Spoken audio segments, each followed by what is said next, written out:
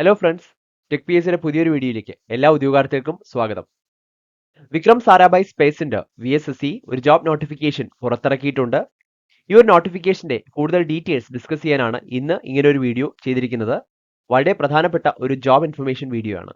Okay, so നമുക്ക് നേരെ വീഡിയോയിലേക്ക് കടക്കാം. ഇന്ന് ഈ ഒരു വീഡിയോയിൽ നമ്മൾ പ്രധാനമായും ടെക്നിക്കൽ അസിസ്റ്റന്റ് അതുപോലെ സയന്റിഫിക് അസിസ്റ്റന്റ് എന്നീ പോസ്റ്റുകളെ പറ്റിയാണ് ഡിസ്കസ് ചെയ്യാനായിട്ട്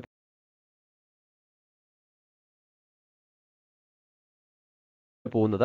അപ്പോൾ സ്വാഭാവികമായിട്ടും എല്ലാവർക്കും ഒരു സംശയം ഉണ്ടാവാം, എന്തായിരിക്കും ഇതിലേക്ക് അപ്ലൈ ചെയ്യാനുള്ള ഒരു ക്വാളിഫിക്കേഷൻ, അല്ലെങ്കിൽ ഡിപ്ലോമയാണോ, ബിടെക് ആണോ, അങ്ങനെ പലവിധം സംശയങ്ങൾ ഉണ്ടായിരിക്കാം. സോ അത് നമുക്കിന്ന് ക്ലാരിഫൈ ചെയ്യാം. അഡ്വർടൈസ്മെന്റ് നമ്പർ നോക്കുകയാണെങ്കിൽ VSSC 335 ആണ് അഡ്വർടൈസ്മെന്റ് നമ്പർ. ഈ അഡ്വർടൈസ്മെന്റ് വന്നത് 31/5/2025 ആണ്. മെയ് 31-നാണ് അഡ്വർടൈസ്മെന്റ് വന്നത്. അപ്പോ നമുക്കൊരു സംശയം ഉണ്ടാകും, ഏതാണോ നമ്മുടെ ക്വാളിഫിക്കേഷൻ, ആ ക്വാളിഫിക്കേഷനെ പറ്റി നമ്മൾ ഡിസ്കസ് ചെയ്യാൻ പോകുന്നതേ ഉള്ളൂ. ബാച്ചിലേഴ്സ് ഡിഗ്രി ആണോ ഡിപ്ലോമ ആണോ എന്ന് നമ്മൾ ഡിസ്കസ് ചെയ്യാനായിട്ട് പോകുന്നേ ഉള്ളൂ. അപ്പോൾ ഇതിൽ അപ്ലൈ ചെയ്യുന്ന ഉദ്യോഗാർത്ഥികൾക്ക് ഇപ്പോൾ കറന്റ് ഈ ഒരു കോഴ്സ് കംപ്ലീറ്റ് ആയിട്ട് നിൽക്കുന്ന, എന്നാൽ റിസൾട്ട് വരാത്ത ഉദ്യോഗാർത്ഥികൾക്ക് സ്വാഭാവികമായിട്ടും ഒരു സംശയം ഉണ്ടാവും, ഞങ്ങൾക്ക് അപ്ലൈ ചെയ്യാൻ പറ്റുമോ എന്ന്. അപ്പോൾ ക്രൂഷ്യൽ ഡേറ്റ് ഓഫ് എലിജിബിലിറ്റി അവർ കൃത്യമായും നോട്ടിഫിക്കേഷനിൽ പറഞ്ഞിട്ടുണ്ട്. അത് 18/6/2025 ആണ്. 2025 ജൂൺ 18-ന് മുൻപ് നിങ്ങളുടെ റിസൾട്ട് വരികയും അതിൽ നിങ്ങൾക്ക് കൃത്യമായിട്ടുള്ള, നിങ്ങൾ എലിജിബിൾ ആണെങ്കിൽ തീർച്ചയായിട്ടും നിങ്ങൾക്ക് ഈ ഒരു പരീക്ഷയ്ക്ക് അപ്പിയർ ചെയ്യാവുന്നതാണ്. ഓക്കെ, ഇനി ഓൺലൈൻ ആപ്ലിക്കേഷൻ ഓപ്പൺ ചെയ്യുന്നത് 2025 ജൂൺ 4-നായിരുന്നു. അപ്പോൾ ഇപ്പോൾ ആപ്ലിക്കേഷൻ ലൈവ് ആണ്. ഓൺലൈൻ ആപ്ലിക്കേഷന്റെ പോർട്ടൽ ഇപ്പോൾ ലൈവ് ആണ്. VSSCയുടെ ഒഫീഷ്യൽ വെബ്സൈറ്റ് വഴിയാണ് നമ്മൾ ഈ ഒരു പോസ്റ്റിലേക്ക് അപ്ലൈ ചെയ്യേണ്ടത്. അതും ഇമ്പോർട്ടന്റ് ആണ്. Closing date of submission of online application 2025 June 18 ആണ്. അപ്പോൾ ജൂൺ 4-ന് ഓൺലൈൻ ആപ്ലിക്കേഷൻ സ്റ്റാർട്ട് ചെയ്യുകയും ജൂൺ 18-ന് അത് ക്ലോസ് ചെയ്യുകയും ചെയ്യും. അപ്പോൾ വളരെ കുറച്ച് ദിവസങ്ങൾ മാത്രമേ ഉള്ളൂ. നമുക്ക് ഏകദേശം സാധാരണ എല്ലാത്തിലും ഏകദേശം ഒരു മാസത്തോളം സമയം നമുക്ക് അപ്ലൈ ചെയ്യാനായിട്ട് കിട്ടുമ്പോൾ ഇവിടെ വളരെ കുറച്ച് ദിവസങ്ങൾ മാത്രമേ കിട്ടുന്നുള്ളൂ. അതിൽ തന്നെ അവസാനമൊക്കെ പോകുമ്പോൾ ചിലപ്പോൾ ഒരുപക്ഷെ അപ്ലൈ ചെയ്യാൻ സാധിക്കാതെയൊക്കെ വന്നേക്കാം. അതുകൊണ്ട് എത്രയും പെട്ടെന്ന് തന്നെ ഈ ഒരു ക്വാളിഫിക്കേഷൻസ് ഉള്ളവർക്ക് ആപ്ലിക്കേഷൻസ് കൊടുക്കാവുന്നതാണ്. ഇനി റിട്ടൺ ടെസ്റ്റ് എന്നായിരിക്കും അതിന്റെ ഒരു ടെന്റേറ്റീവ് ഡേറ്റ് എല്ലാം തുടർന്ന് VSSC വെബ്സൈറ്റിൽ അവർ അപ്ഡേറ്റ് ചെയ്യുന്നതായിരിക്കുമെന്നും പറഞ്ഞിട്ടുണ്ട്. ഇനി നമുക്ക് ടെക്നിക്കൽ അസിസ്റ്റന്റ് എന്ന പോസ്റ്റിന്റെ ഡീറ്റെയിൽസ് നോക്കാം. അപ്പോൾ ഈ ഒരു പോസ്റ്റിൽ പല ഡിസിപ്ലിൻസ് ഉണ്ട്. അതിൽ ഇലക്ട്രോണിക്സിലാണെങ്കിൽ നിങ്ങൾക്ക് നമ്പർ ഓഫ് വേക്കൻസീസ് VSSCയിൽ 27 വേക്കൻസീസ് ആണ് കൊടുത്തിട്ടുള്ളത്. അപ്പോൾ അതിന് നിങ്ങൾക്ക് ക്വാളിഫിക്കേഷൻ ആയിട്ട് വേണ്ടത്, നിങ്ങൾക്ക് ഒരു first class diploma in electronics engineering, അല്ലെങ്കിൽ ഇലക്ട്രോണിക്സ് ആൻഡ് കമ്മ്യൂണിക്കേഷൻ എഞ്ചിനീയറിംഗ്, അല്ലെങ്കിൽ ഇലക്ട്രോണിക്സ് ആൻഡ് കമ്മ്യൂണിക്കേഷൻ എഞ്ചിനീയറിംഗ്, അല്ലെങ്കിൽ ഇലക്ട്രോണിക്സ് ആൻഡ് ഇൻസ്ട്രുമെന്റേഷൻ എഞ്ചിനീയറിംഗ്, ഈ തുടങ്ങിയ ഏതെങ്കിലും ഒരു ഡിസിപ്ലിനിൽ നിങ്ങൾക്ക് ഒരു ഫസ്റ്റ് ക്ലാസ് ഡിപ്ലോമ ഉണ്ടെങ്കിൽ നിങ്ങൾക്ക് ഈ ഒരു പോസ്റ്റിലേക്ക് അപ്ലൈ ചെയ്യാവുന്നതാണ്. Technical assistant electronic.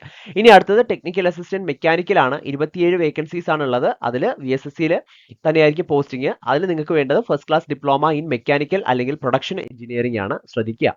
അടുത്ത കമ്പ്യൂട്ടർ സയൻസ് ആണ്. കമ്പ്യൂട്ടർ സയൻസിൽ VSSCയിൽ 4 വേക്കൻസീസ് ആണ് നിലവിൽ അപ്ഡേറ്റ് ആയിട്ടുള്ളത്.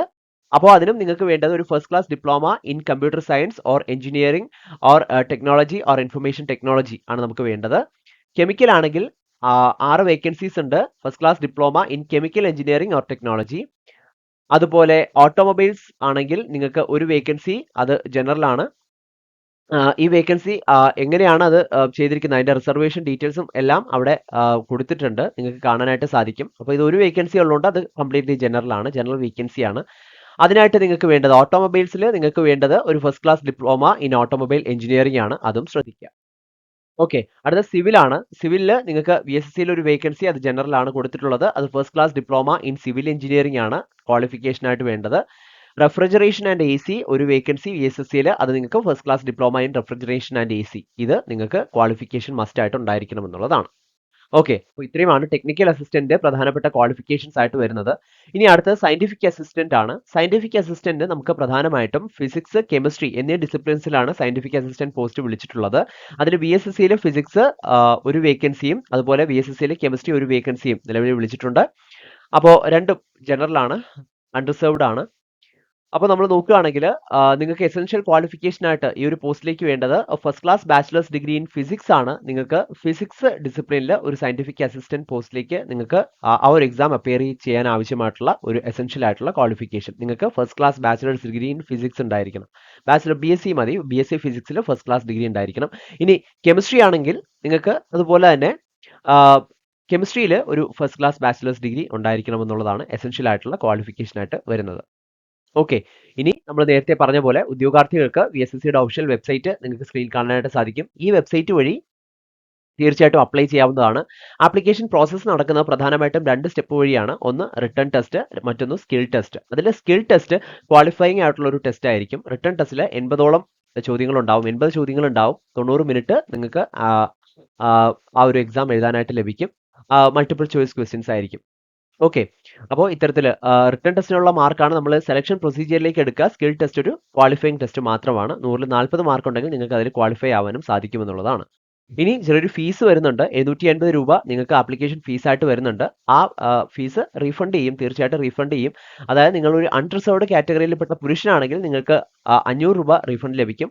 പൂർണ്ണമായിട്ട് റീഫണ്ട് ലഭിക്കുന്നത് ഫീമെയിൽസിനോ അല്ലെങ്കിൽ ഏതെങ്കിലും റിസർവ്ഡ് കാറ്റഗറിയിൽ, അത് കൃത്യമായിട്ട് നോട്ടിഫിക്കേഷൻ പറഞ്ഞിട്ടുണ്ട്. അപ്പോൾ പരീക്ഷ നിങ്ങൾ വൺസ് അപ്പിയർ ചെയ്യുകയാണെങ്കിൽ തീർച്ചയായിട്ടും ക്വാളിഫൈ ആയാലും ഇല്ലെങ്കിലും നിങ്ങൾക്ക് തീർച്ചയായിട്ടും അതിൻ്റെ റീഫണ്ട് ലഭിക്കും എന്നുള്ളതാണ്. ഓക്കെ, അപ്പോൾ ഈ ഒരു പരീക്ഷയ്ക്ക് തയ്യാറെടുക്കുന്ന എല്ലാ ഉദ്യോഗാർത്ഥികൾക്കും ടെക് PSCയുടെ വിജയാശംസകൾ അറിയിക്കുകയാണ്. Thank you.